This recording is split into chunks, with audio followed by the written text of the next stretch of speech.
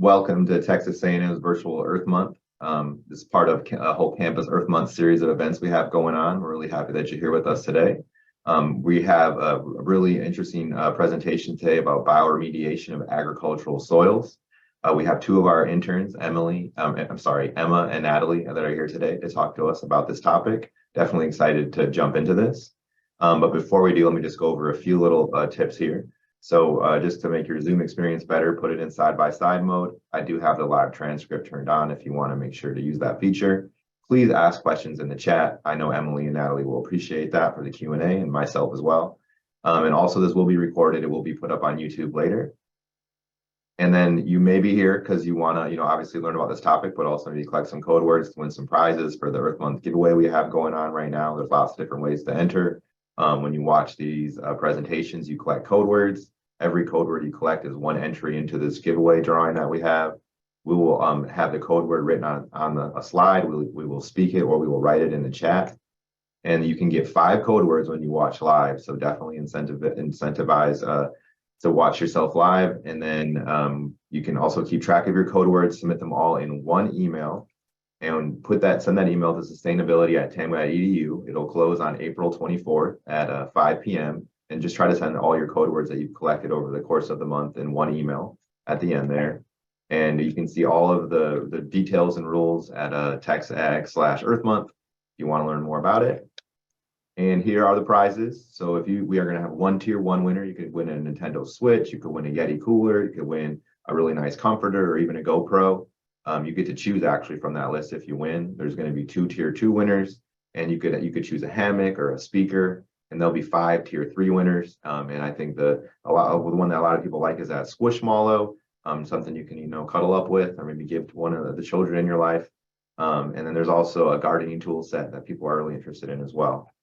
And then this is not only can you get prizes through us, you can also double up and get some points through Maroon Base where you can win cash prizes and things like that. So you can log in if you are signed up with Maroon Base. And also this is actually a sustainable event. We have a sustainable event certification program through our office. There's a QR code right here if you're interested in getting one of your events certified. There's also that link right there that you can see. And we're certified here at a champion level. So with that, we're going to get into our topic, bioremediation of agricultural soils, and Natalie and Emma are going to take it away. So whenever you ladies are ready.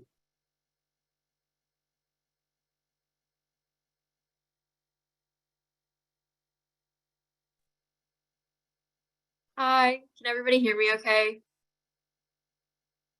Yes, I can hear you, Natalie. Okay, good. Okay, let me share the presentation.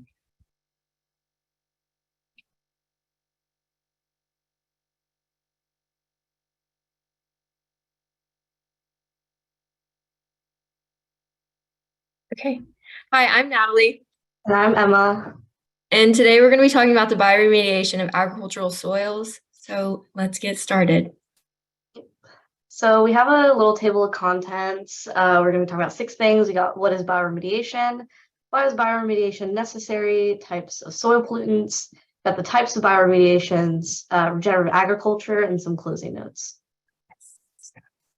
Okay, so you might be wondering what bioremediation is.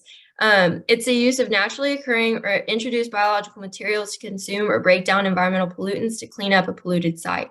At this time, bioremediation is the most effective, economical, and environmentally friendly remediation tool at our disposal, and it can be performed in anaerobic or aerobic conditions as well as on-site or transported to like an external site and cleaned up there.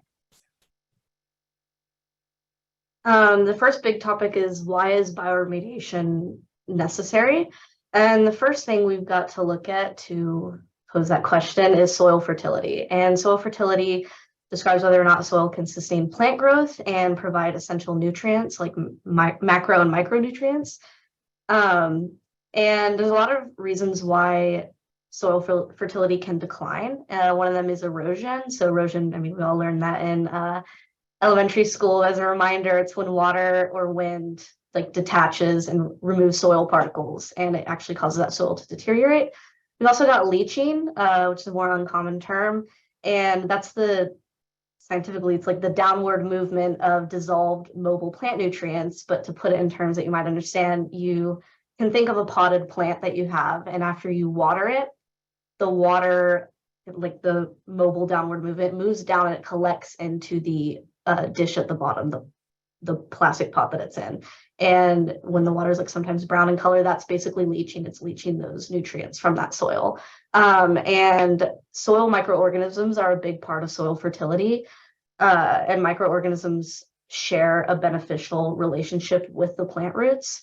And it makes those nutrients necessary for plant health, and they're more available to the plants. And microorganisms are, if you think like bacteria, which is primarily the microorganisms that we'll be talking about today. And if you're wondering why you should care about microorganisms, because sometimes I wonder that, it not only makes crops healthier, but there have been studies that link soil stimulation, like with your hands, like if you're digging in soil, it actually increases some serotonin production. So not saying it'll, cure clinical depression, but maybe having a green thumb might be beneficial sometimes. So you also may be wondering how soil is formed. Soil begins as dirt, but these 5 factors contribute to soil formation and help make up a healthy environment for plants and microorganisms to exist in. And so it's climate, organisms, relief, parent material, and time. So for short, it's called CLORPT. The climate, as temperature increases, weathering increases, and then organisms like decomposers help break down organic matter to improve fertility. And also parent material, it contributes to what minerals and nutrients are like the soil are rich in. So if soil is formed from limestone, it's often rich in calcium. So that's just a few examples.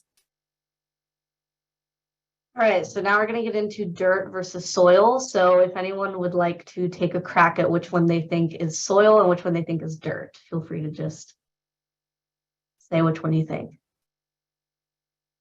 Is the bottom one soil? Yes, and why did you think that? It looks like it has more nutrients in it. Top one looks Okay. like Yeah, that's good. That's actually correct. So the top one is dirt, bottom is soil. So dirt, you can think D for dead, dirt for dead. So dirt has no minerals or nutrients that are necessary to sustain any living organisms.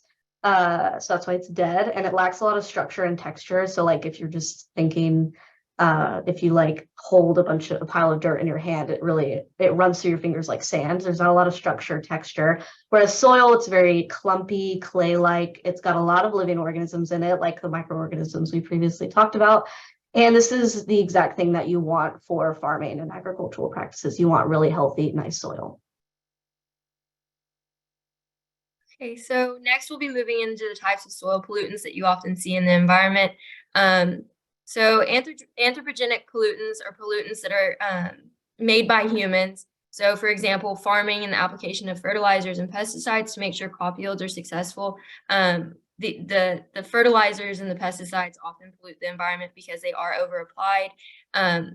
Anything that exceeds naturally occurring levels and poses a human health risk. So for example, arsenic and lead actually naturally occur in soil, but at low levels it is okay. And then a couple of examples of anthropogenic pollutants are when there are increases in population, unsafe agricultural practices, poorly planned urbanization or deforestation. But some of the bigger risks come from urban areas and former industrial sites. So that's where you see a lot of these bioremediations actually occurring. Chemical fertilizers, heavy metals, nuclear waste are also a few more examples of pollutants. All right, so now we're moving into the types of bioremediation. So how are we going to help these contaminated soils?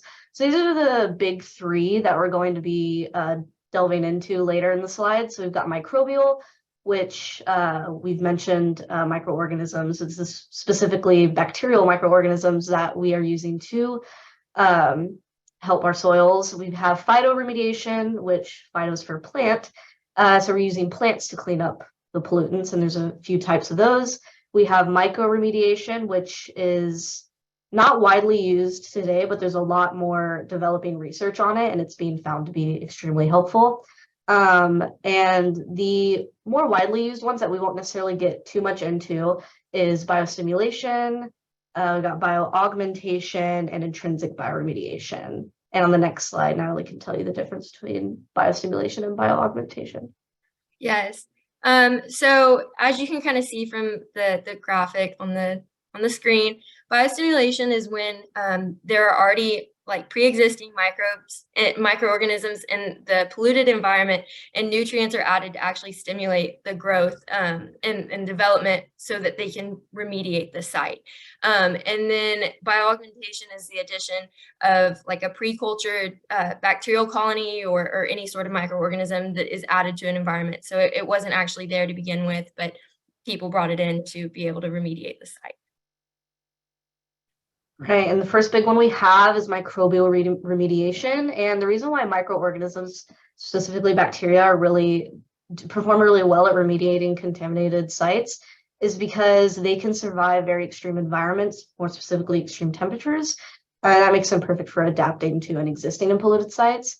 In the next slide, we'll talk more about aerobic versus anaerobic species. And that's also a way that they're more versatile in different settings of how they can remediate. And the availability of pollutants is pretty important for microbial remediation. So it only it only occurs if the pollutant is readily available to them, and the levels of pollutant actually affect the amount of microorganisms there, because the pollutants provide nutrients to the microorganisms and allow them to multiply and become healthier. So as Emma said, there are two pathways that microbial remediation can actually occur through. So aerobic versus anaerobic, and it's essentially saying that aerobic bioremediation happens in the presence of oxygen, while anaerobic bioremediation does not happen. The microorganisms that are actually performing the bioremediation don't need oxygen to survive. So, just the aerobic bioremediation happens a little bit faster than anaerobic does. There's a lot of kind of untapped potential with anaerobic remediation as well. It's just, there's not a lot of research on that right now. All right, and our first code word for the people participating in Earth Month is Pseudomonas, which is a genus of bacteria that there's a few of them that do microbial bioremediation. So that's the first code word. Make sure you got it spelled right. Yeah. Okay. All right, so I can take care of this one. So we have phytoremediation. So this is using plants to remediate contaminated sites. And this is the most abundant subset of bioremediation. There's 5 big types that we'll talk about. And it actually takes care of a broad range of contaminants, which makes it a really abundant subset. So we have pesticides, petroleum hydrocarbons, metals, and chlorinated solvents. It can take care of all of that. And the CH4, the methane you see there, that's a petroleum hydrocarbon. And phytostimulation is something I wanted to talk about, or we wanted to talk about, because it incorporates microbial remediation, which was previously talked about. And it's basically a phytoremediation is added to a site. So like a plant is added to a site where microbial bioremediation is occurring, so that it can stimulate those microorganisms and provide them with more nutrients to make them healthier and proliferate. So it's also more commonly called plant-assisted bioremediation. So you're kind of using 2 major bioremediations that we've talked about to maybe take care of bigger contaminants. So here's another graph kind of explaining a little bit better the different types of phytoremediation that actually can happen. It represents how every part of the plant is used and how they take care of different kinds of contaminants. So rhizofiltration absorbs pollutants by the plant roots. Phytoextraction or contaminants move into the plant tissues, which can then be harvested. And then phytostabilization immobilizes pollutants by reducing their ability to leach into groundwater or enter the food chain. So it kind of depends on what kind of plants you're planting and what kind of pollutants you're wanting to remove, but there's a lot of potential for this. Another important type of phytoremediation is phytostimulation. Plants are added to a polluted site, kind of like Emma had just discussed. Right, now we move into mycoremediation. And this microremediation is primarily performed through mycelium. Mycelium, you can think of it like just as you think of the roots on a plant, these are basically the roots of fungi. So I highlight, the white there, I boxed that, and if you zoomed in a lot, it would look like this basically network, which is really cool. And mycelium is really good at remediating because it's extremely resilient. It's actually fire resistant and water retardant. So kind of like the microbial remediation, these things have in common is that they are extremely resilient, so they're able to perform better and stay in the contaminated sites. And the mycelium is the part that is doing the remediation. It's not, some people might think it's the fruiting body, which the fruiting body would be that mushroom cap and the stem. Mycelium is part of the end of that, it's like the roots, but phytostimulation, you use a lot of parts of the plants, but with microremediation, it's most primarily the mycelium, and the enzymes produced by these fungi degrade the pollutants, and they turn the agricultural waste into less toxic products. And this is, I highlighted untapped potential because it's not super widely used, but a lot of research is being done. The past few years, a lot of research has been done, and it's found to be pretty economically favorable compared to some other types of bioremediation. And yeah, we will illustrate some examples on the next slide. So yeah, this is it can be an overwhelming table. I just wanted to put this on here on the remarks column, it just really highlights that a lot of different species of fungi can do a lot for certain pollutants. And yeah, you can feel free later to take a better look at this, but it was just here for enrichment purposes. Okay, so you may be wondering kind of what a solution to actually prevent the necessity to remediate soils. So we're going to kind of move into a solution. Regenerative agriculture is defined as the process of restoring degraded soils using practices based on ecological principles, and it's taking into account how soil, water, plants, animals, and humans kind of interact with each other, and how they benefit from one another as well. Regenerative agriculture has been proposed as an alternative to our current production methods, so both conventional and organic practices, because it has a lower or sometimes net positive environmental impacts. So yes. Yeah. And so to talk more about regenerative agriculture, we have to look at conventional agricultural practices, which have been used. Some of these methods have been used for thousands of years. A lot of chemical fertilizers are used in conventional agricultural practices. So you've got like insecticides, herbicides, pesticides, and the GHG emissions with conventional agricultural practices increase a lot. So GHG is greenhouse gas emissions. So that's that CO2 that we always hear about in the news. That increases a lot with conventional agricultural practices.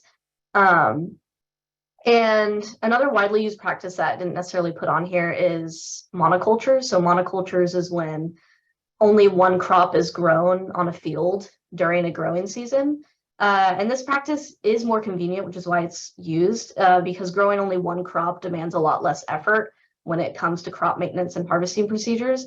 However, monocultures make plants extremely susceptible to pests and pathogens because these fields have no genetic differences, and a lot of species richness and species diversity, it makes a lot of an ecological difference as to how healthy they are and how resilient they are. So polycultures would be preferable.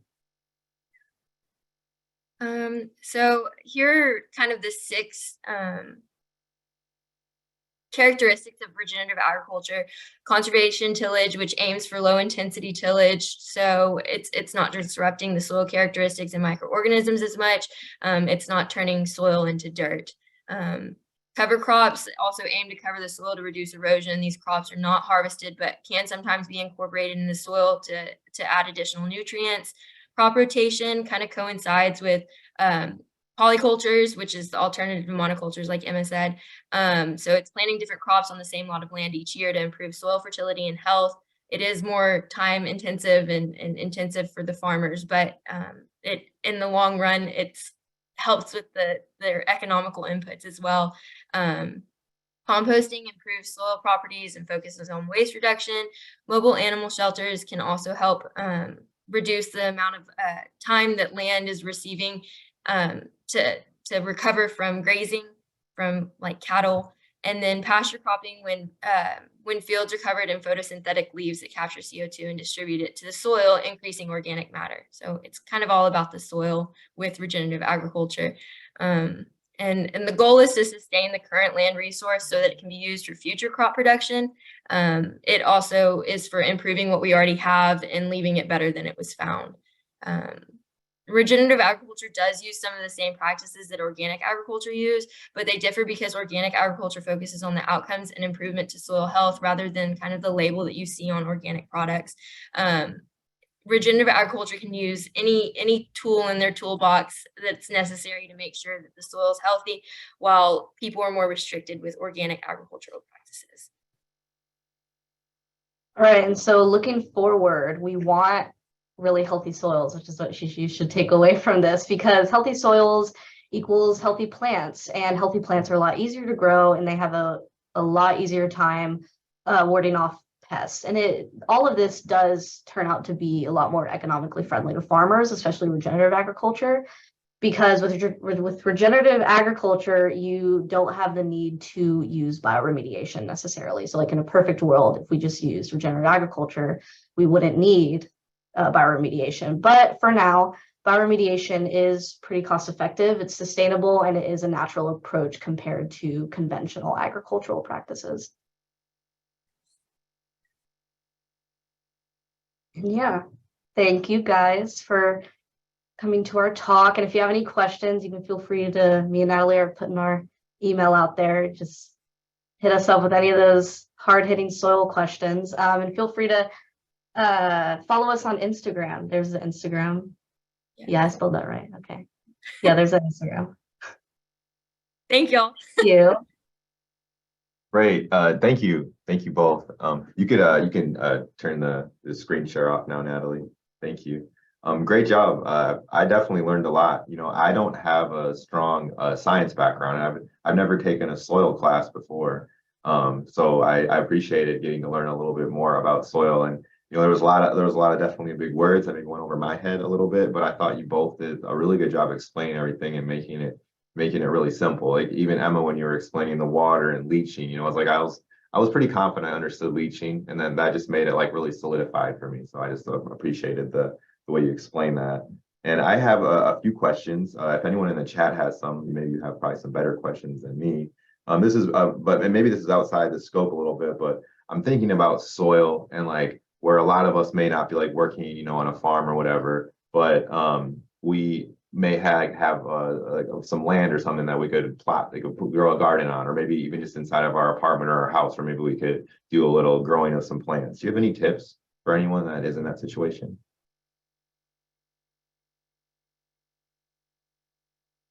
How they can have healthy soil? Yeah, I sure. So from my understanding is making sure that you're composting. It also helps with like waste reduction in your house. So if you do have like fruit that has gone bad, or like your orange peels, I know that's very like generic, but making sure composting can definitely help contribute to making ensuring that you have healthy soils. Don't till. That's another big thing. The soil microorganisms are extremely important in making sure that your plants are healthy. So those interactions can really increase yields. So just making sure that you're being mindful too, and kind of what you're applying. I believe I read something the other day that the average household over applies fertilizers to their lawn 10 times more than they need to be. So that in the long run, it can burn your grass. So yeah. Awesome. So 10 times more than needed, the typical person would apply fertilizer. That's really interesting. Cool. Well, thank you for those tips. Do you have any other tips, Emma, you want to share? Well, I thought it was actually Natalie found the study about just literally digging your hands into soil, like if you're just planting anything, how it produces a lot of serotonin. And I just think that's really interesting. Like you're not necessarily, I mean, I think you are improving the soil health just by moving it around and planting something in there, but just in helping, I think that could appeal to a lot of people, is to just overall help your own health in a small way, is to just have more of a green thumb. So I think that could influence some people. Like getting your hands dirty, but not with dirt, with soil. make a big difference. Yeah, not with dirt, with soil. That's awesome. Cool. Thank you. And then is there like any good plants you would recommend, like the plant that would improve soil health around here? I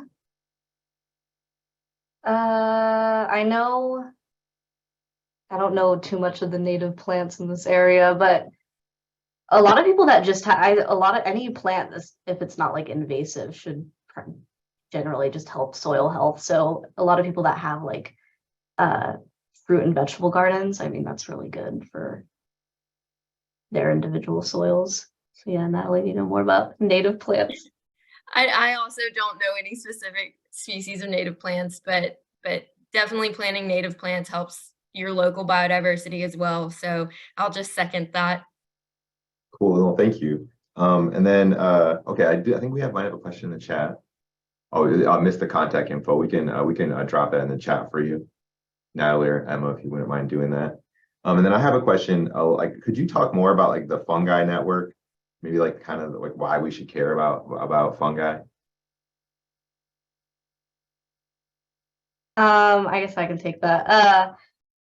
So the fungi network, it's more, mycelium can be commonly referred to as the wood-wide network. So wood-wide network. It's really interesting actually to think about it like that, because a lot of fungi that is in soil is actually mycorrhizal fungi, and rhizal refers to the roots of plants, and the mycelium directly interacts with plant roots. It's like a symbiotic relationship. The plants get nutrients from the mycelium from any fungi basically, and honestly, I think I read that I think 85% of plants wouldn't be here without mycorrhizal fungi. So I think plants need fungi to live. So I think microremediation, that's why it's being researched a lot, is because it's such an integral part of plants and soil health, and thinking of it as like a wood-wide network. I mean, mycelium can span like over 60 feet long, like underground, like one fungi. So it's basically there's mycelium everywhere under your feet. It's just this whole network of tendrils and branches, and they really are in a symbiotic relationship with a lot of things. But it's untapped because fungi are really hard to understand. So I feel like you might have mentioned earlier like that they communicate with each other. Yeah, they do communicate with each other in a way. They don't have like neurons like how we have neurons, but they do have like electrical synapses that go off, which is very interesting to research. I don't want to say anything wrong, so I'm not trying not to say too much, but it's really interesting to research it, and that's why it's kind of untapped. It's just because it's hard to understand and it's hard to get a grasp on sometimes. But they are important. That's all we know. Cool. Well, yeah, no, thank you very much. It's something I hadn't really thought much about, and then I got a chance to meet Emma, and she's passionate about it, and it was a wow, I never really thought about this stuff. So thank you, and thank you both for sharing and teaching me some things that I didn't know about. Is there anything else? We're wrapping up here. I did just drop the code words in the chat. Sorry, I meant to put those in a few minutes earlier, but they are there for you if you are collecting those. Is there any concluding thoughts y'all have, or anything that maybe you wanted to share here before we wrap up?